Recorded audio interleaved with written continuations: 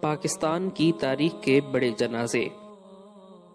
امام احمد بن حنبل رحمۃ اللہ علیہ نے فرمایا تھا کہ ہمارے جنازے ہماری حقانیت کا فیصلہ کریں گے۔ جب ان کا انتقال ہوا تو بغداد میں لاکھوں افراد ان کے جنازے میں شریک ہوئے اور اس جنازے کی شان دیکھ کر ہزاروں غیر مسلموں نے اسلام قبول کر لیا۔ 21 اکتوبر 1929 بروز جمعرات کو میاں والی جیل میں غازی علم الدین کو گستاخ رسول راجپال کو قتل کرنے کے جرم میں پھانسی دے کر شہید کر دیا گیا۔ غازی علم الدین شہید کو پھانسی کے بعد برطانوی حکومت نے ان کی میت بغیر نماز جنازہ جیل کے قبرستان میں دفنا دی، جس پر مسلمانوں نے شدید احتجاج کیا اور علامہ محمد اقبال نے ایک مہم چلائی اور آخرکار 15 دن بعد جب غازی علم الدین شہید کی میت کو قبر سے نکالا گیا تو ان کا جسد خاکی پہلے دن کی طرح تر و تازہ تھا۔ دسمبر کی ایک یخ بستہ صبح کو لاش گاڑی میں لاہور لائی گئی۔ شہید کا جنازہ لاہور کی تاریخ کا سب سے بڑا جنازہ کہلاتا ہے۔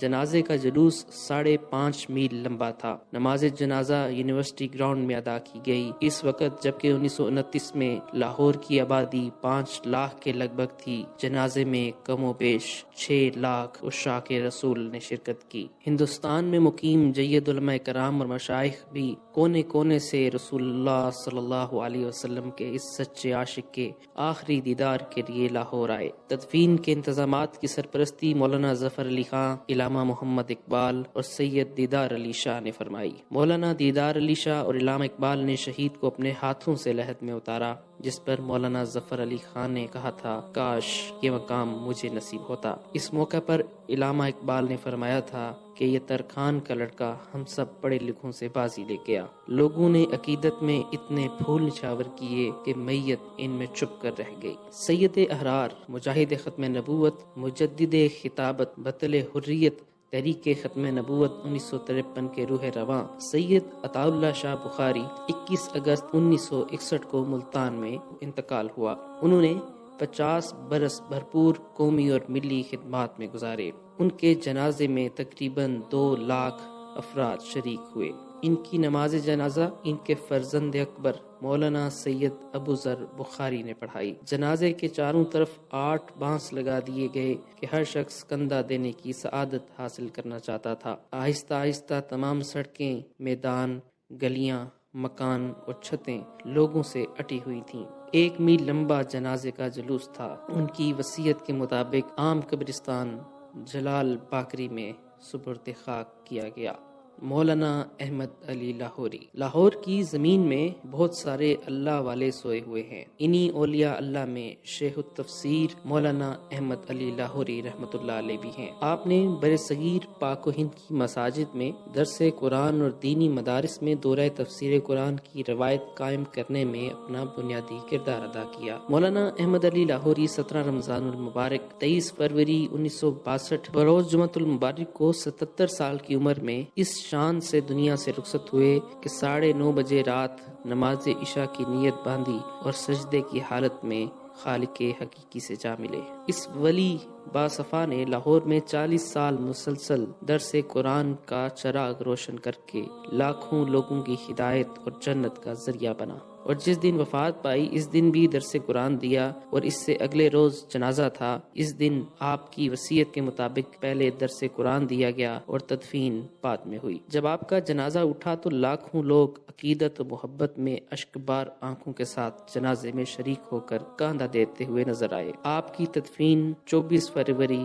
1962 کو میانی صاحب قبرستان لاہور میں کی گئی۔ جنرل محمد ضیاء الحق کا جنازہ 19 اگست 1988 کو شاہ فیصل مسجد اسلام آباد پاکستان میں پڑھایا گیا۔ جنرل محمد ضیاء الحق اپنی موت کے وقت پاکستان کے صدر اور چیف آف آرمی اسٹاف تھے۔ ان کی حادثاتی موت 17 اگست 1988 کو C-130 طیارے کے ایک پر اسرار حادثے میں ہوئی۔ جنرل ضیاء الحق کا جنازہ برصغیر کی عظیم ترین جنازوں میں سے ایک تھا۔ خلق خدا اس طرح ٹوٹ کے امڈی کہ دانشور حیرت زدہ رہ گئے۔ ان کے جنازے میں لوگ زبردستی نہیں بلائے گئے تھے، بلکہ ضیاء صاحب کی محبت انہیں کھینچ لائی تھی۔ جنرل محمد ضیاء الحق شہید کے جنازے کے موقع پر لاکھوں پاکستانی عوام اور کئی کلومیٹر لمبے جنازے کی صفیں تھیں۔ لاکھوں افراد نے اشکبار آنکھوں سے انہیں الوداع کہا اور فیصل مسجد کے میناروں کے سائے میں اپنی نیند کا لطف اٹھانے لگے۔ مرحوم صدر کا جسد خاکی پورے فوجی اعزاز کے ساتھ دارالحکومت اسلام آباد کے وسط اور مرگلا کی پہاڑیوں کے دامن میں واقع عالی شان فیصل مسجد کے وسیع و عریض احاطے میں دفن کر دیا گیا۔ تدفین کے وقت بڑے جذباتی مناظر دیکھنے میں آئے۔ 10 لاکھ سے زیادہ سوگواران سسکیاں بھرتے اور آہیں کھینچتے جنرل ضیاء کے تابوت کو اپنی آخری منزل کی طرف جاتا دیکھ رہے تھے۔ لاکھوں پاکستانی اپنی ٹیلی ویژن اسکرینوں پر تجہیز و تدفین کے آخری رسومات کو مبہوت تماشائی بنے دیکھ رہے تھے۔ 21 توپوں کی سلامی دی گئی اور جب مرگلا کی پہاڑیاں توپوں کی گولوں کی گونج سے لرز رہی تھیں تو ان لمحات میں ان سپاہیوں نے جنرل ضیاء کے تابوت کو لحد میں اتارا جنہیں کئی برس تک انہیں کمانڈ کرنے کا اعزاز حاصل رہا تھا۔ غازی ممتاز قادری۔ سلمان تاثیر قتل کیس میں ممتاز قادری کو 29 فروری 2016 کو سزائے موت دے دی گئی۔ شہادت کے دوسرے دن 1 مارچ 2016 بروز منگل لیاقت باغ راولپنڈی میں لاکھوں عاشقان رسول تمام مکاتب فکر کے لاکھوں افراد نے شیخ الحدیث سید حسین الدین شاہ کی اقتداء میں ممتاز قادری کی نماز جنازہ ادا کی۔ نماز جنازہ کے لیے راولپنڈی کا تاریخی لیاقت باغ چھوٹا پڑ گیا۔ لاکھوں کی تعداد میں شرکاء پنڈال کے اندر اور باہر موجود تھے جو ذکر الہی اور درود شریف پڑھتے رہے۔ نماز جنازہ میں مختلف سیاسی اور مذہبی تنظیموں کے رہنماؤں نے شرکت کی جبکہ ملک بھر سے لوگ قافلوں کی صورت میں راولپنڈی پہنچے۔ پاکستان کے علاوہ خلیجی اور یورپی ممالک سے کئی افراد نماز جنازہ میں خصوصی طور پر شریک ہوئے۔ ممتاز قادری کے جنازے میں تا حد نگاہ عوام کا جم غفیر تھا۔ میت کے ہمراہ لوگ پیدل سفر کر رہے تھے۔ شرکاء کی بڑی تعداد کے باعث منٹوں کا سفر گھنٹوں میں طے ہوا۔ بلا شبہ غازی ممتاز قادری شہید کا جنازہ پاکستان کی تاریخ کا سب سے بڑا اجتماع تھا۔ لیاقت باغ کے ہر اطراف 3 کلومیٹر تک انسانی سر ہی سر دکھائی دے رہے تھے۔ پاکستان کے نامور نعتخواں اور سابق گلوکار جنید جمشید 7 دسمبر 2016 کو چترال سے اسلام آباد آتے ہوئے طیارے کے حادثے میں شہید ہو گئے۔ جنید جمشید کی میت ایئر فورس کے خصوصی طیارے کے ذریعے کراچی پہنچائی گئی جہاں ان کی نماز جنازہ ادا کی گئی۔ ان کی میت کو پاکستان کے قومی پرچم میں لپیٹا گیا تھا۔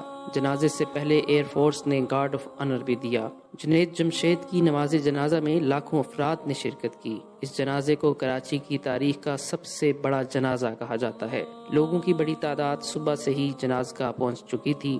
AKD گراؤنڈ میں ہر طرف سر ہی سر نظر آ رہے تھے۔ ملک کے معروف مذہبی اور سیاسی شخصیات، تینوں مسلح افواج کے اعلیٰ عہدیداروں، کرکٹروں، کھلاڑیوں اور مختلف پیشوں سے وابستہ افراد، معروف تاجروں اور صنعت کاروں سمیت لاکھوں افراد نے نماز جنازہ میں شرکت کی۔ جنازگاہ میں تل دھرنے کی جگہ نہیں تھی اور گراؤنڈ کی حدود سے باہر بھی جم غفیر موجود تھا۔ اس کے بعد جنید جمشید کے جسد خاکی کو کرنگی انڈسٹریل ایریا میں واقع جامعہ دارالعلوم کراچی میں سپرد خاک کر دیا گیا۔ مولانا عبد الوہاب پاکستان کی تبلیغی جماعت کے تیسرے امیر تھے۔ تبلیغی جماعت کا حصہ بن کر 80 سال دعوت و تبلیغ میں گزارنے والے مولانا عبد الوہاب المعروف حاجی عبد الوہاب نومبر 2018 کو طویل علالت کے بعد 96 برس کی عمر میں خالق حقیقی سے جا ملے۔ لگ بھگ 20 برس سے ویل چیئر پر آئے اور برسوں دمے جیسے موذی مرض سے لڑتے رہنے کے باوجود حاجی عبد الوہاب نے آخری سانس تک شرعی احکامات کی پاسداری کو مقدم رکھا۔ ان کے انتقال کی خبر ملتے ہی پاکستان سمیت دنیا بھر سے لاکھوں لوگ رائیونڈ پہنچنا شروع ہو گئے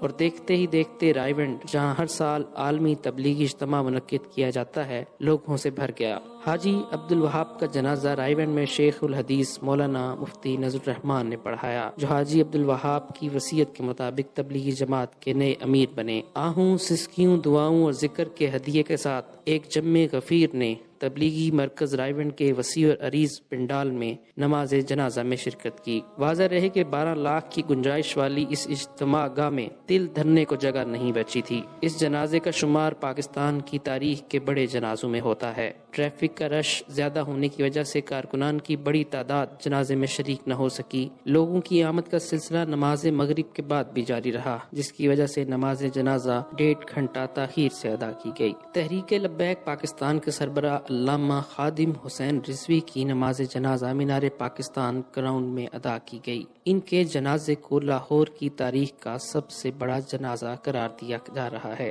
جنازے میں لاکھوں لوگ شریک ہوئے۔ علامہ خادم حسین رضوی کی میت ایمبولینس کے ذریعے صبح 9 بجے گھر سے نماز جنازہ کی ادائیگی کے مقام مینار پاکستان کے لیے روانہ ہوئی، لیکن کارکنوں اور عقیدت مندوں کے بے پناہ رش کی وجہ سے ایمبولینس 4 گھنٹے بعد آزادی فلائی اوور تک پہنچ سکی۔ نماز جنازہ کی ادائیگی میں شرکت کے لیے آنے والوں کا رش اس قدر زیادہ تھا کہ ایمبولینس کو مینار پاکستان کی گراؤنڈ کے اندر نہ لے جایا جا سکا اور آزادی فلائی اوور کے اوپر ہی کھڑی کر کے نماز جنازہ پڑھی گئی۔ مینار پاکستان گراؤنڈ لوگوں سے پوری طرح بھر گیا اور لوگوں کی بڑی تعداد گراؤنڈ سے باہر بھی موجود تھی۔ جنازے میں شرکت